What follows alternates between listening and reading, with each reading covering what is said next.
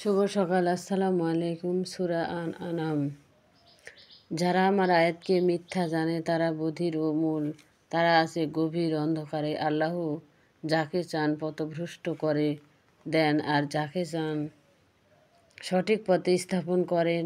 বলো, তোমরা কি ভেবে দেখেছো তোমাদের উপর যদি আল্লাহর শাস্তি এসে পড়ে কিংবা তোমাদের উপর কিয়ামত এসে যায়, তাহলে কি তোমরা আল্লাহকে ছাড়া অন্য কাউকে ডাকবে?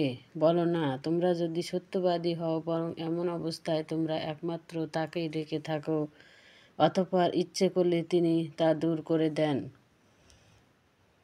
যার জন্য তোমরা তাকে ডাকো, আর তোমরা যাদেরকে তার অংশীদার বানাও তাদের কথা ভুলে যাও। তোমার পূর্বে আমি অনেক জাতির কাছে রসূল পাঠিয়েছি, কিন্তু তাদের অবাধ্যতার কারণে অভাব, অনটন আর দুঃখ ক্লেশ দিয়েই তাদেরকে পাকড়াও করেছিলাম, যাতে তারা বিনীত হয়। আমার শাস্তি যখন তাদের উপর পড়ল, তখন তারা বিনয়, নম্রতা ও অবলম্বন করল না কেন, বরং তাদের অন্তর আরও শক্ত হয়ে গেল, আর তারা যা করছিল শয়তান সেগুলোকে তাদের জন্য খুব ভালো কাজ হিসেবে সুসজ্জিত করে দিয়েছেন। তাদেরকে যে নসিহত করা হয়েছিল তারা যখন তা ভুলে গেল, তখন আমি তাদের জন্য যাবতীয় নিয়ামতের দরজা খুলে দিলাম।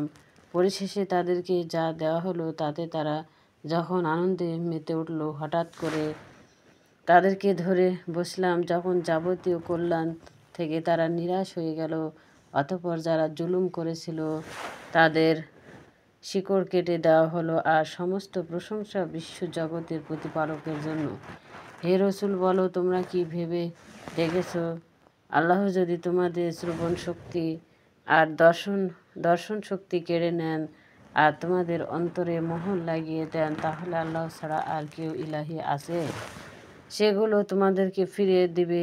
লক্ষ্য করো, আমি আমার শক্তি, ক্ষমতার নির্দেশনগুলোকে কেমন বিশুদ্ধভাবে বর্ণনা করি,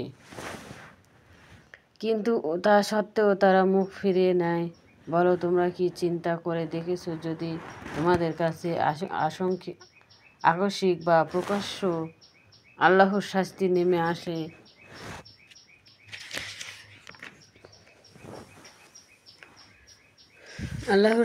নেমে আসে, তাহলে জালিম সম্প্রদায় ছাড়া আর কে ধ্বংস হবে? আমি তো রসূলদেরকে কেবল সুসংবাদদাতা ও সতর্ককারী করে পাঠিয়েছি। অতঃপর রসূলের আনুগত্য করে যারা ঈমান আনে ও নিজেকে সংশোধন করে, তাদের নেই কোনো ভয়, নেই তাদের কোনো দুঃখ। আর যারা আমার আয়াতসমূহকে মিথ্যা মনে করে, শাস্তি তাদেরকে স্পর্শ করবে, কেননা তারা নাফরমানিতে লিপ্ত ছিল। বলো, আমি তোমাদেরকে বলি না যে আমার কাছে আল্লাহর ধন ভাণ্ডার আছে আর আমি অদৃশ্যের খবরও জানি না? আর আমি তোমাদেরকে এই কথাও বলি না যে আমি ফেরেশতা আমার প্রতি যা অবতীর্ণ করা হয় তাছাড়া অন্য কিছুর আমি অনুসরণ করি না। বলো, অন্ধ আর চোখওয়ালা কি সমান? তোমরা কি চিন্তা করে দেখো না, তুমি তা দিয়ে অর্থাৎ কোরআন দিয়ে তাদেরকে সতর্ক করো যারা ভয় করে যে তাদেরকে তাদের প্রতিপালকের দিকে একত্রিত করা হবে, যিনি ছাড়া তাদের জন্য কোনো অভিভাবক নেই এবং সুপারিশকারী নেই, যাতে তারা সংযত হয়ে চলে। যারা তাদের প্রতিপালকের সন্তুষ্টি লাভের উদ্দেশ্যে সকাল সন্ধ্যায় তাকে ডাকে, তাদেরকে অর্থাৎ তোমার নিকট সমাগত গরিব ও মুমিনদেরকে তুমি দূরে সরিয়ে দিও না। তাদের কোনো আমলের জন্য তোমাকে কোনো জবাবদিহি করতে হবে না, আর তোমার কোনো আমলের জন্য তাদেরকে কোনো জবাবদিহি করতে হবে না। কাজেই তুমি যদি তাদেরকে অর্থাৎ গরিব ও মুমিনদেরকে দূরে সরিয়ে দাও, তবে তুমি জালিমদের মধ্যে গণ্য হবে। আর এভাবেই আমি তাদের এক দলকে অন্য দলের মাধ্যমে পরীক্ষা করেছি, যাতে তারা বলে, এরা কি সেই লোক আমাদের মধ্যে যাদেরকে আল্লাহ অনুগ্রহ করেছেন? আল্লাহ কি তার কৃতজ্ঞ বান্দাদের সম্পর্কে অধিক অবগত নন?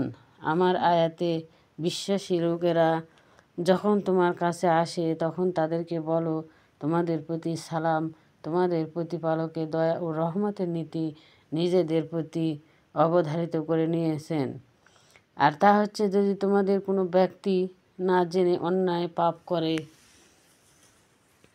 অতঃপর তাওবা করে ও নিজেকে সংশোধন করে তাহলে আল্লাহ বড়ই ক্ষমাশীল, বড়ই দয়ালু। এভাবেই আমি আমার আয়াতগুলোকে সুস্পষ্টভাবে বর্ণনা করে যাতে অপরাধীদের পথ পরিষ্কার রূপে প্রকাশ পেয়ে যায়। বলো, তোমরা আল্লাহকে বাদ দিয়ে যাদেরকে ডাকো তাদের ইবাদত করতে আমাকে নিষেধ করা হয়েছে। বলো, আমি তোমাদের খুশ খেয়ালের অনুসরণ করি না। তা করলে আমি পথভ্রষ্ট হয়ে যাব। সেই অবস্থায় আমি আর হেদায়েত প্রাপ্তদের অন্তর্ভুক্ত থাকতে পারবো না। বলো, আমি আমার প্রতিপালকের নিকট থেকে পাওয়া এক উজ্জ্বল প্রমাণের উপর প্রতিষ্ঠিত, অথচ তোমরা তা মিথ্যা মনে করেছো যা তোমরা খুব তাড়াতাড়ি পেতে চাও, অর্থাৎ আল্লাহর আযাব। তা আমার আয়ত্তে নেই।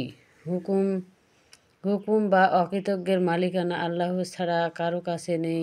তিনি সত্য কথা বর্ণনা করেন আর তিনি সর্বোত্তম ফায়সালাকারী। বলো, তোমরা যা তাড়াতাড়ি চাচ্ছ তা যদি আমার কাছে থাকতো তাহলে আমার আর তোমাদের মধ্যে যে পাপাসা তার ফায়সালা হয়ে যেত। অন্যায়কারীদের সম্পর্কে আল্লাহ খুবইভাবে অবহিত। সমস্ত গায়েবের চাবিকাঠি তার কাছে, তিনি ছাড়া আর কেউ তা জানে না। জলে স্থলে যা আছে তাই জানেন, এমন একটা পাতাও পড়ে না যা তিনি জানেন না। জমিনের গহীন অন্ধকারে কোনো শস্য দানা নেই, নেই কোনো ভেজা ও শুকনো জিনিস যা সুস্পষ্ট কিতাবে লিখিত নেই। তিনি রাত্রিকালে তোমাদের আত্মাকে নিয়ে দেন তার দিনের বেলা যা তোমরা করো তা তিনি জানেন। অতঃপর দিনের বেলা তিনি তোমাদেরকে জাগিয়ে দেন যাতে জীবনের নির্দিষ্টকালে পূর্ণ হয়।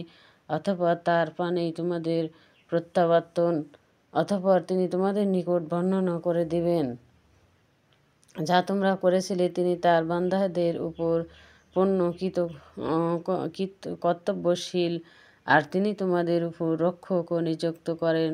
অতঃপর তোমাদের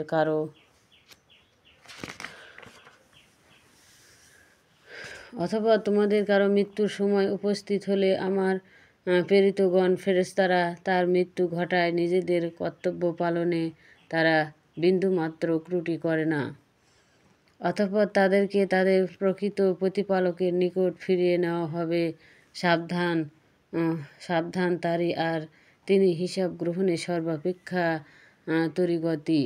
বলো, বিনীতভাবে আর সৎ গোপনে যখন তাকে ডাকে তখন জলস্থলের অন্ধকার হতে কে তোমাদের রক্ষা করে। বিপদে পড়লে বলতে থাকে, এই থেকে তুমি যদি আমাদেরকে রক্ষা করো তাহলে আমরা অবশ্যই কৃতজ্ঞদের অন্তর্ভুক্ত হব। বলো, আল্লাহই তোমাদেরকে একত্রে আর সমস্ত বিপদ থেকে রক্ষা করেন। অতঃপর তোমরা তার অংশী স্থির করো। বলো, তিনি তোমাদের উপর থেকে অথবা পদতল থেকে আযাব পাঠাতে সক্ষম, অথবা তোমাদের দলে দলে বিভক্ত করার মাধ্যমে এক দলকে অন্য দলের সংঘাত, সংঘর্ষ ও হিংসা হানাহানির আচ্ছাদ গ্রহণ করাতে সক্ষম। লক্ষ্য করো,